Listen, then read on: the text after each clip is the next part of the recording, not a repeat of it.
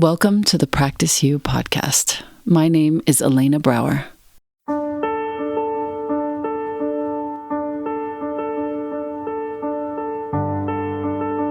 Let's dive into today's conversation regarding life's myriad transitions and how we refine our responses in our relationships, our wellness, our households, our work, and in our practices. You are invited to learn and love and listen with me. Welcome to Practice You.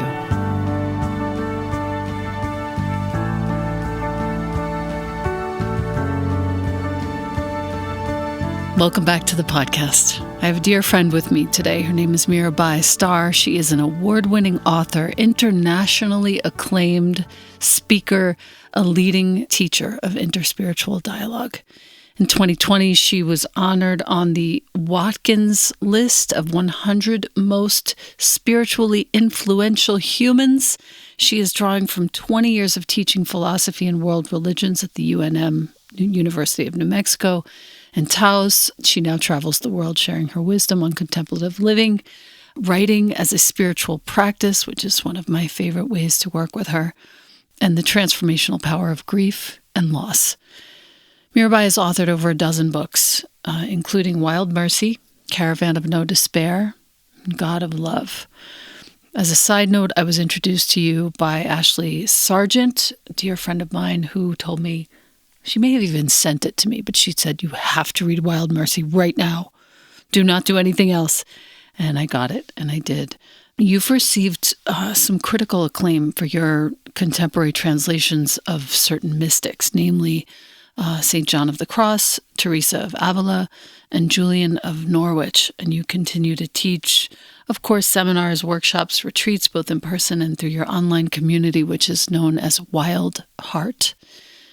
And you live in the mountains of northern New Mexico, like I do, which is so nice. Our meeting some months ago was one of my favorite moments since moving to New Mexico almost 5 years ago. And I want to say thank you so much for being on the podcast and congratulations on your new book, Ordinary Mysticism. Thank you, Elena. What a lavish introduction that was. I feel very honored.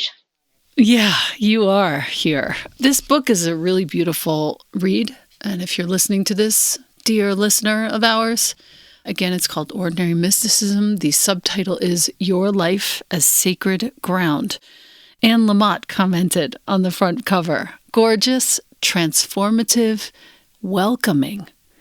And I thought that was really important to include in this opening salvo here because Anne Lamott is not only a friend, but one of our favorite authors around here. V, the author formerly known as Eve Ensler, writes, deeply wise and generous, ordinary mysticism is exactly the offering we need in these soul-crushing times.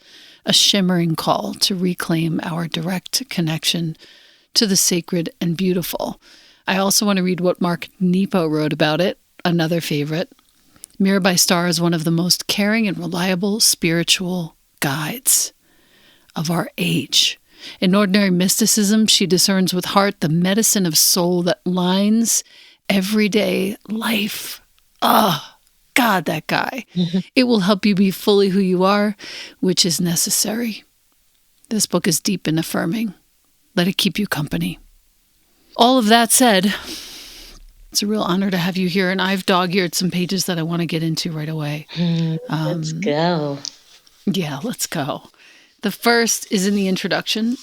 I read this on our live some weeks ago, but I want to reread it again. This is the opening paragraph of the book, dear listener, and I think you'll really find it helpful. Welcome to the temple of your regular life, the garden of your days, the harbor where you catch your breath, the theater of your relationships. This is the terrain where you wake up and transform. The sometimes chaotic, frequently fraught, unexpectedly beautiful domain of the everyday. You do not need to trek to a remote shrine in the Himalayas, enroll in expensive seminars, or convert to a new religion to connect with spirit. Your life is holy ground, and you are a mystic.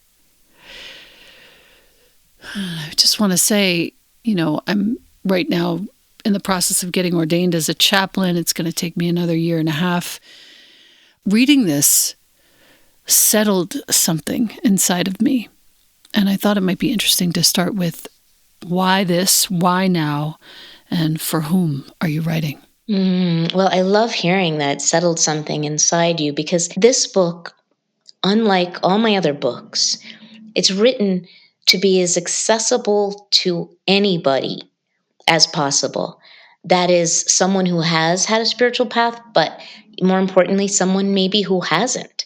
Someone who's grown up in middle America and maybe has been nominally interested in spirituality, maybe in the church of their childhood, maybe in certain kinds of new versions of, positive thinking to get what you want. You know what I'm talking about?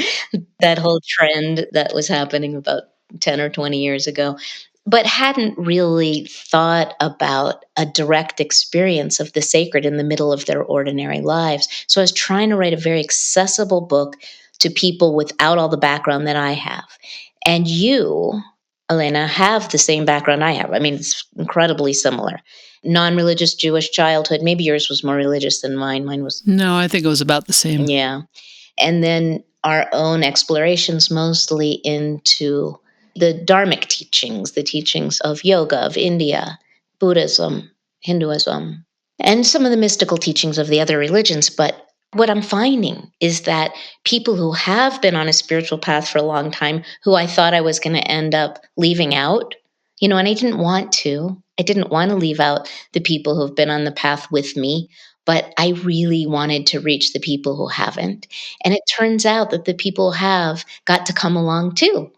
And so hearing you say that you are finding some comfort or groundedness or steadying in this book is music to my ears.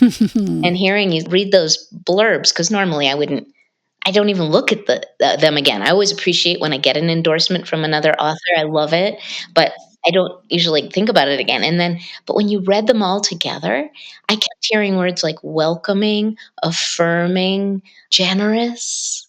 And I thought, wow, if that's the takeaway, yay. You said, who am I trying to reach? I want it to be a welcoming space. I want it to be a place of safe passage. Thank you for that. You are intending this book, you say, and also in the introduction, to reach someone who experiences the divine as an intimate encounter rather than an article of faith. So you're sort of turning away from traditional religious assumptions and more toward, I have a good story from yesterday. I was welcoming this beautiful French elder to the hospice where I volunteer. And you could tell she's like a fancy lady. And, we don't get many of the fancy people in this hospice, but when we do, we kind of go out of our way to try and help them feel at home and comfortable, knowing this is the last door they're going to enter. We don't really say it, but everybody knows it. And as she lays down and she's trying to get her act together and put her things into drawers and kind of claim her space, as it were, in the room where we've assigned her, I can feel how hard this is for her. And I have this moment where so many different moments happened up until this one that I'm about to describe, but suffice to say, she came to trust me. Her favorite color is lavender. I provided a diffuser and some lavender oil. I happened to be wearing a lavender silk scarf around my neck by some chance. And I speak French, so she was psyched. And I said, would you care for a snack? And she said, yes, I would love a snack. And we happen to have a couple of muffins, so I bring her the 2 different flavors. They're Trader Joe's. It's nothing fancy. And I say, we have like blueberry or cinnamon. She was like, oh, I'll take the cinnamon. I cut half the muffin. I find the nicest piece of china that we have in the hospice, which is basically a hodgepodge collection of all the different dishes that have been left or brought or donated. I find the nicest one. I cut half the muffin. I put it on the plate, and I go to bring it to her with one of the nice napkins. And I see that there are crumbs on the plate. Oh, this makes me cry. I took another piece of paper towel and I just sort of cleaned the crumbs around the muffin so the plate should be clean for her, And I thought, oh my God, this is an intimate encounter with God. with spirit, whatever. This is like one of those moments. I get back in the room and she proceeds to start telling me how she doesn't want a chaplain. She has her own relationship to spirit, and she's just sort of like going on and on. She's got things to say. She's finally getting heard. And so instead of telling her that I was a chaplain in training, I said, that's good. I'm a volunteer here, and I can listen, and you can be heard. And stopped her. And I thought, Jesus, this is ordinary mysticism right here. This is what it's about. Yes. Yeah. Oh, and what a beautiful. I know. You write later on this page, old filters are burning away. The sentence says like this: for most of us, mystical seeing doesn't happen all the time, but for all of us, it happens some of the time. And for more and more of us, it's happening more and more of the time. In proportion to current challenges of systemic inequity and climate catastrophe, the flowering of grassroots activism and uncovering of ancestral trauma in our own family systems, old filters are burning away, and we are granted renewed access to the numinous nature of reality. And I think this is where you shine. Your writing shines here. Thank you. So beautiful. Thank you, Lena. In your history, you have been so many things, and I would love to know kind of in this moment, who is Mirabai Starr right now? I'm a young elder. Chronologically, I'm 63, which in some cultures is definitely a crone, And other places, it's women trying to hold on to their youth and their sexual attractiveness. And I feel like I'm somewhere in between those two things because I'm a grandmother. I have several grandchildren, both by marriage and my own. But they're all my own, though, because by the time you get to the grandchild phase, that distinction disappears. They're all yours. So I'm a grandmother, and I love being an elder in that way. I have a lot of young people, especially young women, who work with me, who study with me, and I'm an elder to them, although I make a huge effort to be horizontal and relational and not hierarchical, even though they try to make me, somehow. People want mentors. People are so hungry for mentors, and I understand that. I had some great mentors, and I had some shitty mentors. But I'm also still, I feel so vibrant and young. I mean, I just came in from running in the hills, the Talpa foothills here in New Mexico. Not quite running, but vigorously hiking, and just sailing through the doorway just in time to plop down and talk to you. I start every day with yoga. I have sex with my husband. I am very vibrant and I still feel ageless. So when you asked who am I now, I'm a young elder, and that's part of what's so ordinary about my life and therefore so holy. I don't have this idea of myself that by now I should be a serene, aging person with flowing locks and flowing clothes sitting in repose while people come to me for guidance and spiritual sustenance. I'm playful and I'm irreverent and I'm all the things. And I'm very embodied. I think that's the whole thing right there for our listener.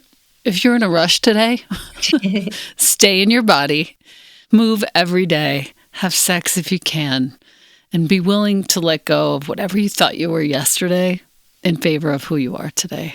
That feels really good. You write on page 7 that a friend of yours who's an ordained Zen priest and has dedicated thousands of hours to contemplative practice admits with a sly smile that he has always known he would one day burn his robes, quote unquote. That day has not yet come, but he isn't afraid of it.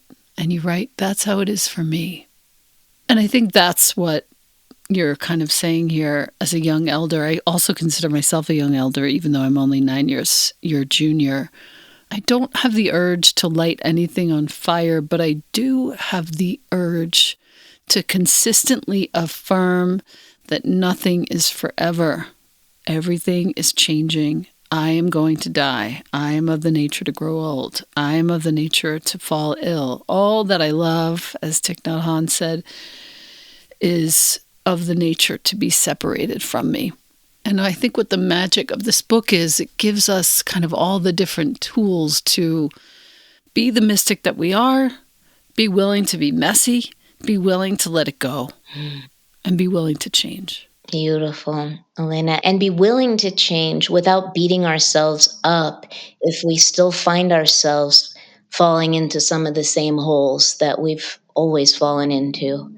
And to trust that spiritual practice matters, even if our probably completely false preconceptions about what the end result of all that practice is going to be is really different from the reality. Current rituals of yours. I'm looking at page 26 where you write inventing rituals.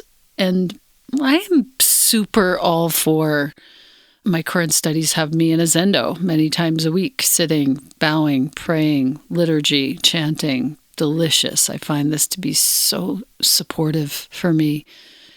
I would love to know what your current rituals are and whether you've designed them yourself or whether you've picked them up along your route. Yeah, a little bit of both. I've had deep immersion in a number of different spiritual traditions, primarily Hinduism. I have a lifelong teacher named Karoli Baba, a guru, but I hesitate to even use guru language anymore. It's one of the things I'm kind of gleefully dismantling, but a deep connection with an Indian holy man named Karoli Baba. I have lifelong Vipassana-esque meditation practice, my simple mindfulness practice with a little splash of Zen, actually. And I reclaimed my Jewish roots as an adult, but mostly the mystical aspect of Judaism, particularly the feminine face of the divine in the form of the Shekhinah. And Sufism has been a big part of my spiritual path. And I've translated the Christian mystics. So I have a deep affinity with Christ, right? So I draw on all of these. Grew up in Taos, so there's a strong connection to the indigenous community here and to the all land-based spiritual wisdom ways. And I invent rituals at the drop of a hat. So interesting, we both had a kind of dying related holy experience, sacred experience yesterday. For me, it was news that a dear friend was dying, and I didn't know until now when it's kind of right at the end. And all of the kind of far-flung community was calling each other and texting each other, and we were all kind of rallying around her, even though she's in another state. And spontaneously, the rituals unfold. I find the candle, I find on my phone a picture of her, I prop it up, I light the candle, I sing a Hindu chant that I know she would love, and my husband comes with me and we take a couple of deep breaths and we sit in silence and we have sacralized the moment. With love, also all those texts to her daughter, her husband, they were all love bombs that were being dropped into the center of this sacred terrain that we had all entered through the doorway of love. And we entered through love, and we brought love with us, and it changed everything. And it's because of so many moments like this in my life where that called for turning toward it as a portal to the divine, as a message from the divine, as an opportunity to praise the divine. So many of those moments in my life have happened. They become more and more available to me because the hinges of that gate have been used so much that it just opens. What a beautiful visual. Wow. I have a couple questions. One is, having read your books, I know that you were in a school in Taos as a kid, and Pema Chodron, who was then having a different name, was one of your teachers. Any notable memories from that time that you can share with us?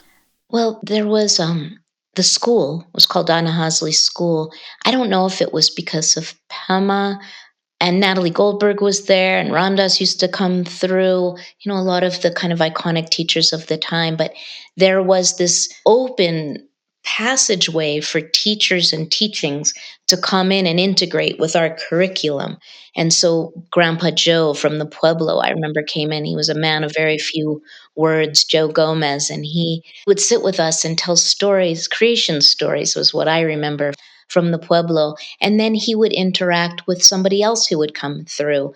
But the one, of course, that I remember was Choyam Trungpa Rinpoche, who was living in Boulder, the great Tibetan teacher who started Shambhala and Naropa Institute, and was Pema Chodron's teacher, of course, and some teacher of several other of the teachers at our school. I remember this moment of Grandpa Joe from the Pueblo, who was like 120. I don't know how old he was. He was old. And he had bright blue eyes and deep nut brown skin. And Trungpa Rinpoche, who was wearing a suit and tie. We were a hippie school. Nobody dressed like that. And he was very Tibetan.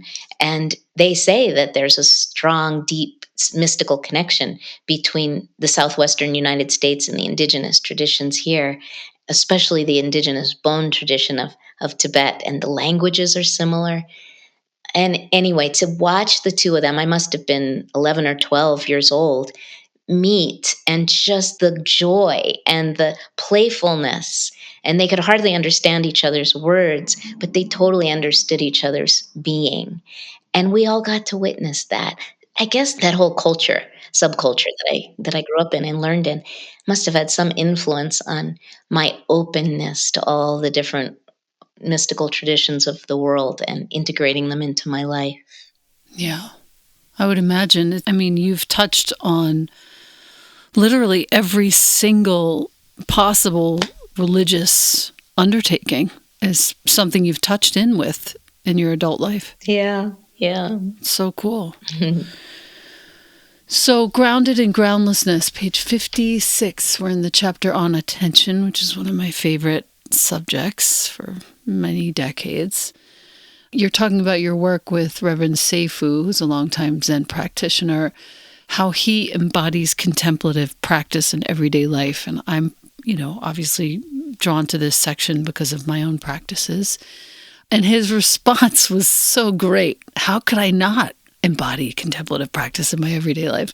Meaning, you write, meditation has so thoroughly soaked his being that his inner landscape is permeated by it, and it splashes into every aspect of his days.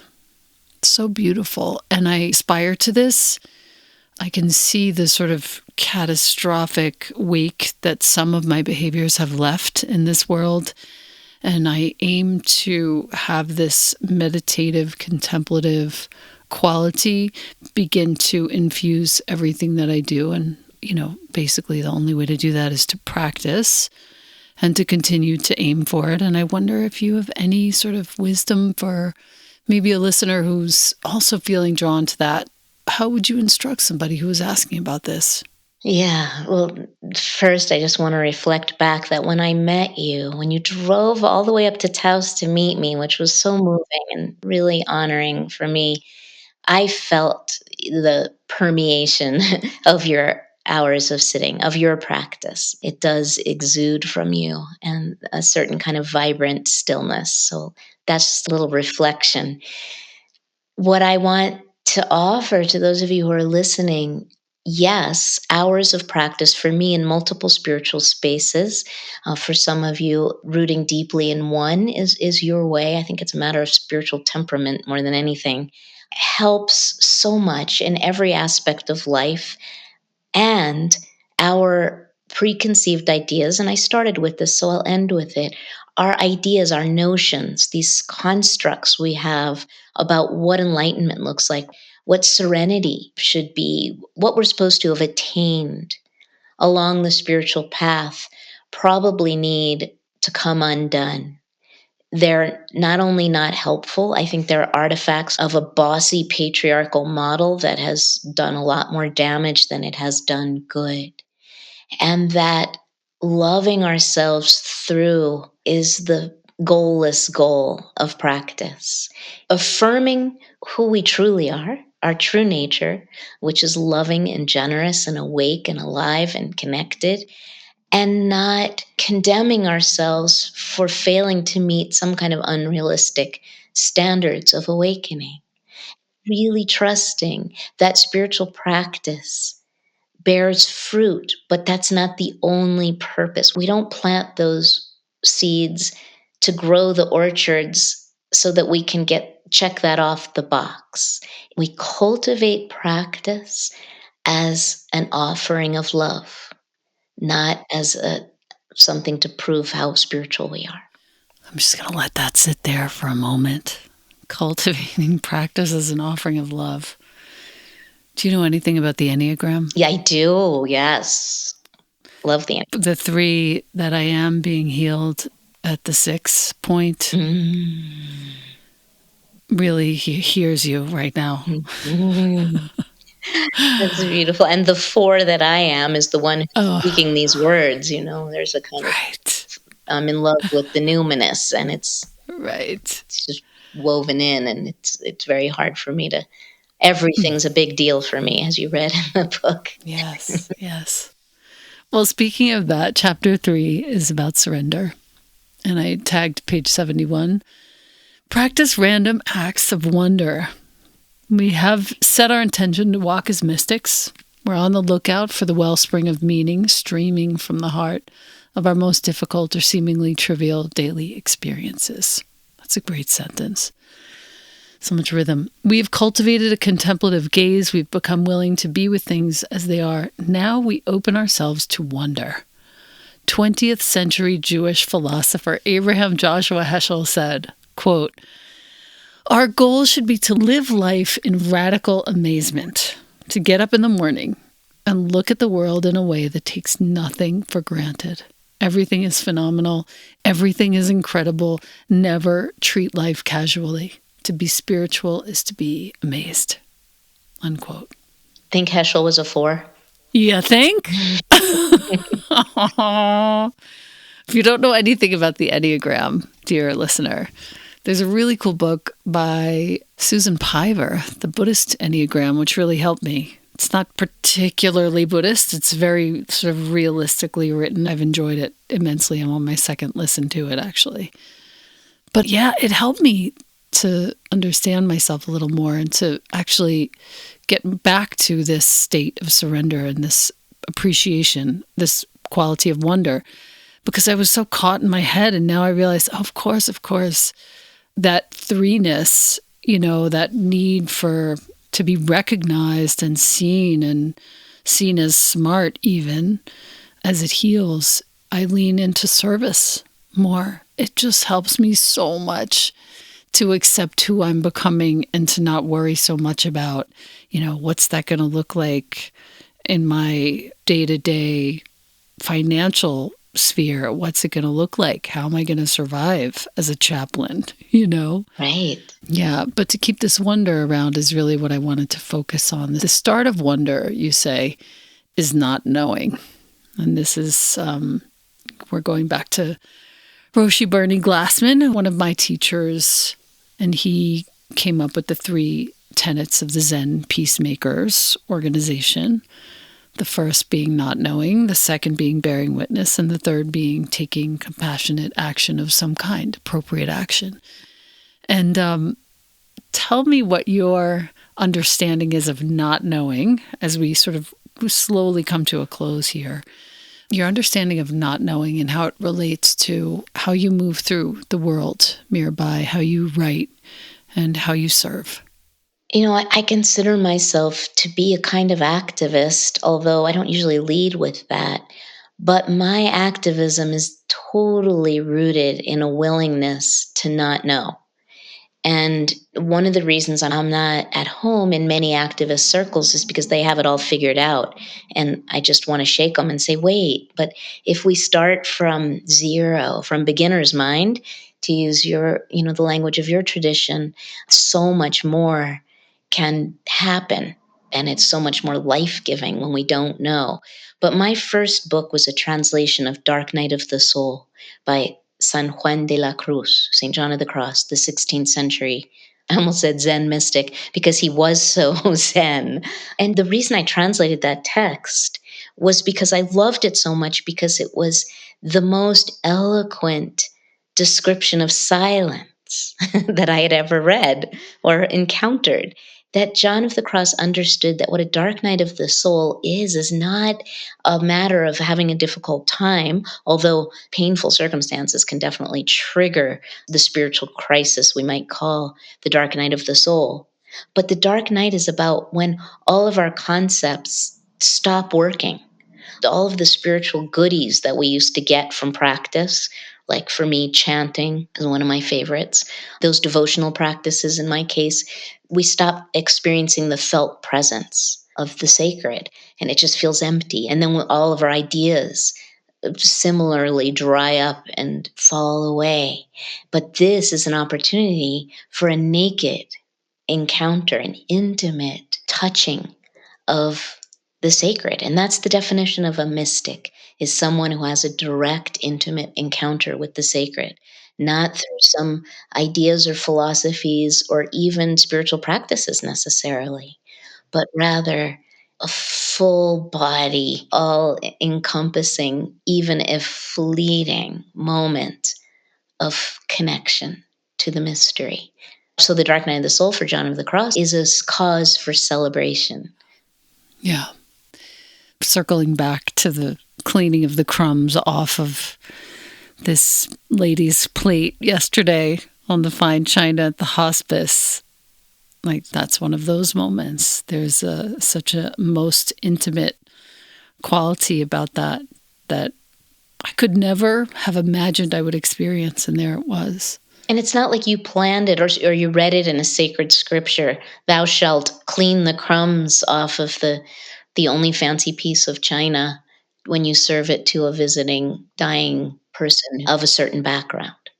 There's no manual for those direct moments of intimate encounter. And they do often happen through acts of service, don't they?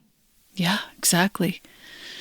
It's funny, after that encounter, I came home and I did some writing on it, as I do after I leave the hospice each time. And I thought, well, maybe I should call my thesis, I Am Not Your Chaplain. Oh, wow. I love that. You know, it's so funny. I don't know that I will, but it was just very sweet. And I said, I am not your chaplain, or on arrive Françoise, which is like she arrived. Françoise arrived. Oh, Francois arrived. I know. Beautiful. My last question for you is on page 92, the section on letting go. You write, sometimes when I'm wrestling with a problem or a decision, I remember that I don't have to figure it out. I can give it over. And this is the practice that I want to leave our listener with, because I think it's really a gift. My default is to the Great Mother. I murmur words like these: here, Mama, you take it. And then I get on with my day and I wait to see what happens. It doesn't escape me that there may or may not exist some external divine feminine being who receives my burdens when I offer them up to her. But that doesn't matter. The very act of surrender loosens the knot, and I can breathe again. The space that opens around this issue almost always allows a good solution to enter. And I think that's a real gift, as I said. Thank you. I'm so glad that resonated with you, and I hope it does with some of you all out there listening, because it's such a simple thing. And you can just, as my friend Ramdas used to say, use your imagination, because it is real. It's holy and it's sacred. Yes. The practice in that chapter is mantra. And I thought it might be nice to sort of leave off with this. Find a sacred word or phrase as the touchstone. You can draw it from your own language, like peace, or may I walk in wonder, or you can borrow a sacred word, shalom in Hebrew, om mani padme om in Sanskrit. Tell us a little bit about this practice for you and what it means for you in this season, if it has a presence for you at this time. It does, because I sit every morning, and part of my sit includes a mantra practice, because it's just my familiar way in, that it settles me, and then I lay my beads down. So I do use beads. I use a string of beads, as you know, and some of you know, a mala in the Hinduism and Buddhism, a string of 108 beads. And sometimes I use my Sufi Tasbih. In the Islamic tradition, a tasbih has 99 beads in honor of the 99 names of Allah, the beautiful names of Allah. So it just sort of depends on my mood. And the same thing with the mantra. What do I need? So this morning, for instance, I did use Om Mani Padme Hum, the jewel at the heart of the lotus, which doesn't actually have any rational message. It's just a beautiful poetic image of awakening.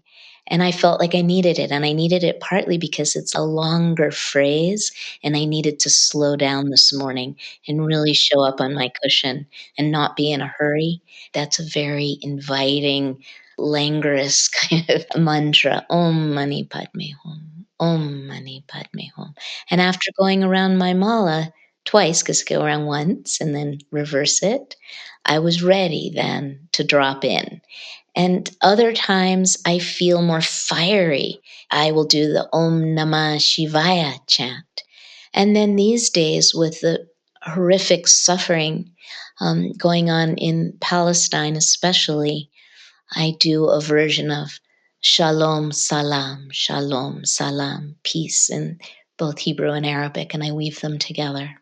So it depends on the space that I'm in and what I feel like I need, and what I feel like I want to offer into the universe, as well as what I need in any given morning. Shalom salam. I'm taking that with me.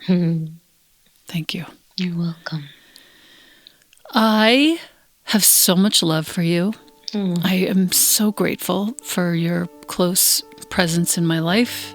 And I just thank you for being here, truly. And congratulations on this really important book. I think this is a bridge for a lot of people, and I look forward to sharing it broadly here. Thank you. Thank you so much for lifting it and radiating it. It means everything to me. And I love you back. Thank you so much.